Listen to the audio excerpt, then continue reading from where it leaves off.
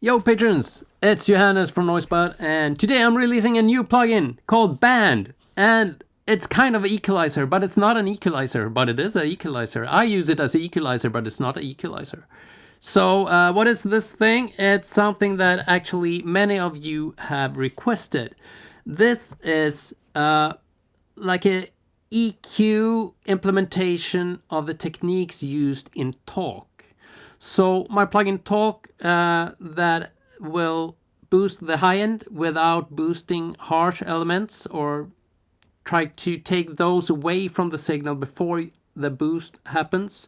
And by that you get very pleasing or you can boost a lot without the signal getting harsh.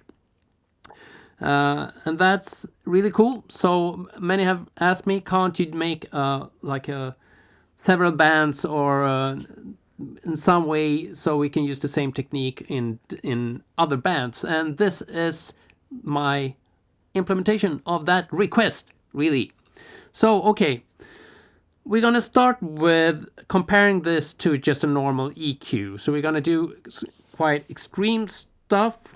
So for this I have loaded up DMG Audio Equilibrium, which is an amazing equalizer. And I have an instance of Band, and they are set to the same settings. So that is 4000 hertz, and we're boosting 6 decibels, and and the width is 0.707. In Equilibrium that says 0.71 because you can just have two digits in the numbers in the interface, but it's actually 0.707, so it's rounded off. And that's pretty much it. And we have the same settings in Band. So we boost in 6 decibels, the frequency is 4000 hertz, and the bandwidth is the same.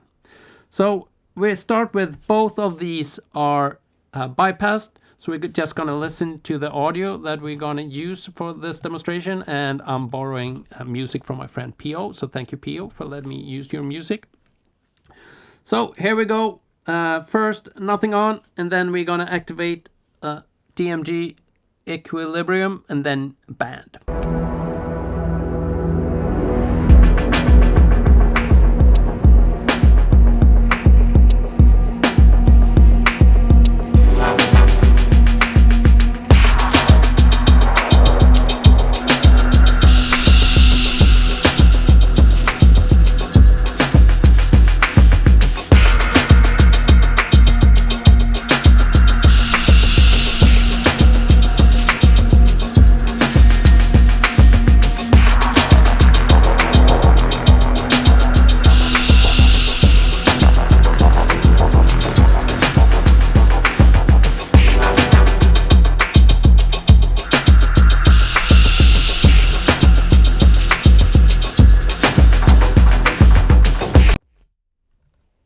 I'm guessing you can hear that it's a huge difference between using Band and using a normal EQ, and you can go further using Band, but it won't sound as much, really. So that's Band in comparison with a normal EQ. Actually, let's do one more comparison. Let's put this to -6 decibels. And we do the same with Band, because there's a difference when you attenuate and when you boost with Band. So let's see how this sounds. We start with Equilibrium activated.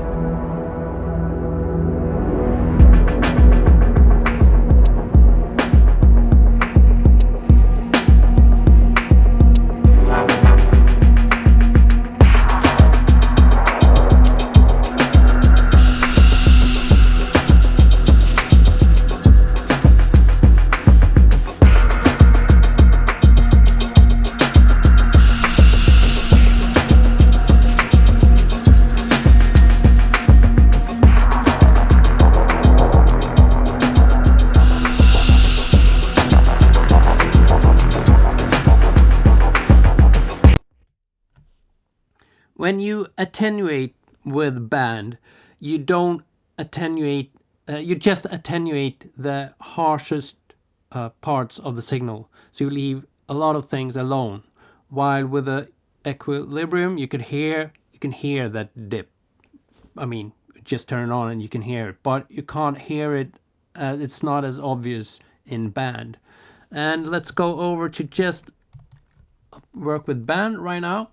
So we can listen to the delta signal when we attenuate 6 decibels.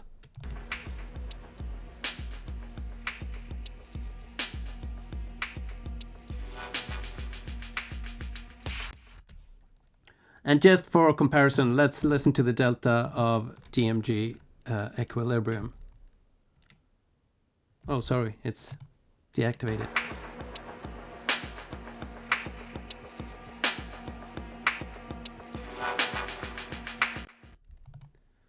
So that's equilibrium, and this is band.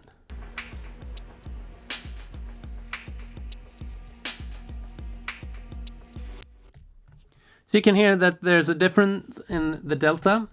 And it's also important to know that when you attenuate with band, you just remove the things that may be problematic. So you can do that, attenuate with band, and then you can use another EQ if you want to boost the same band, or you can boost with band. All right, let's see how band works in the different areas of the spectrum. So we're going to start with working it as if this was talc.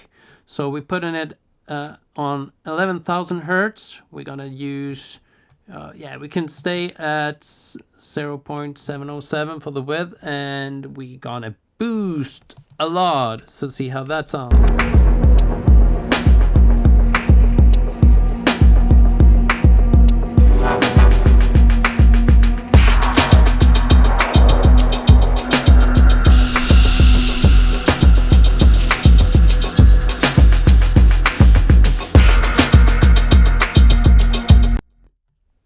You can hear that it's similar to using talc, but if you compare them side by side, I'm sure they will sound pretty different because how the implementation is very different. The principle is the same, but they are very different internally how they work. So, all right, let's see how. Yeah, let's attenuate the signal when we're way up here as well.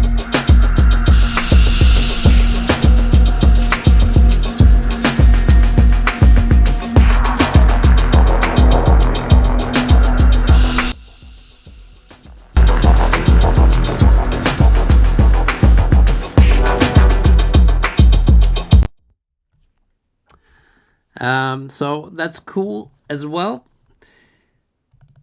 Let's go back to 4000 and talk a little bit about the inversion button, the invert button. That will invert the effect. So instead of removing the harsh element, it will boost the harsh elements in the signal. And I put that there because there's one way to hear what's been taken away from the signal, and that is to put in delta and go to the negative side of gain.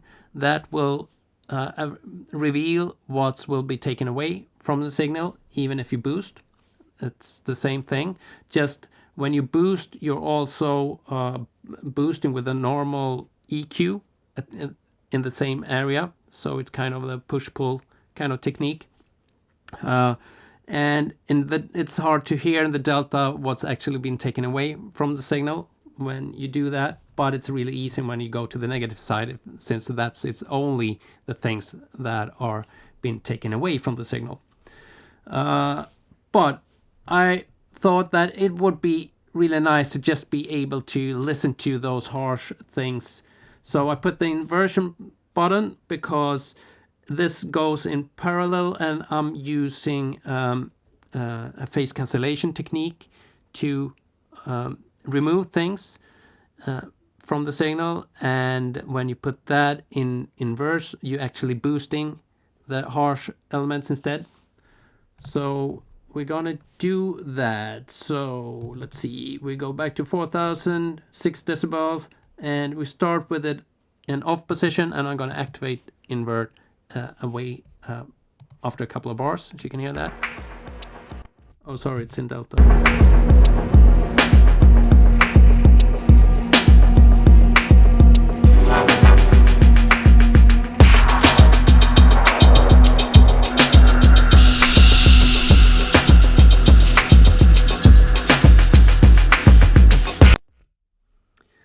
That was the reason why I put that button there. But I realized that this can actually be a cool thing to use as a little trick. So if we're working with lower frequencies, so let's put this to 65 Hertz, for example. We put it in invert, and then we start to attenuate the signal. That means that we will boost just the highest peaks, pretty much like is working. But so we can EQ things without touching anything but just the highest peaks.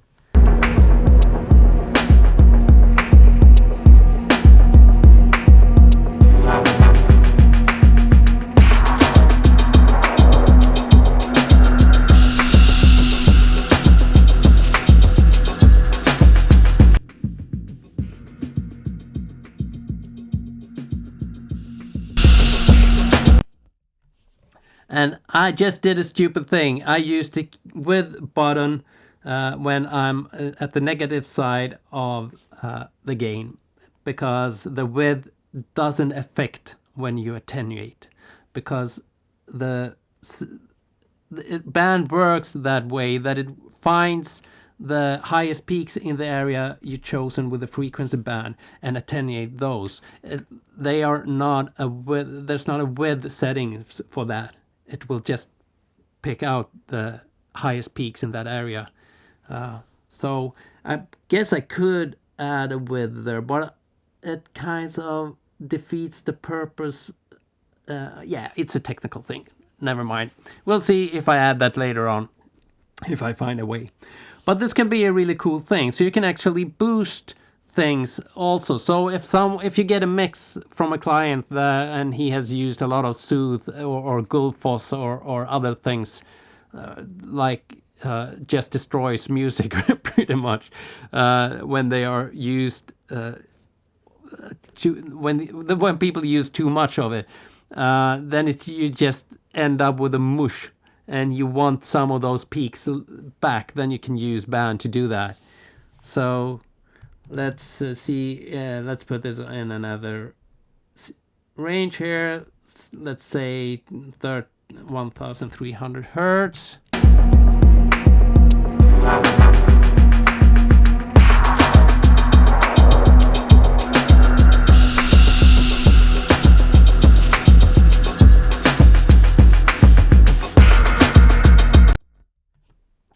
That will just boost those peaks in that area, and that's cool. The other way to do it is to deactivate inverse and go to the positive side, and that sounds like this.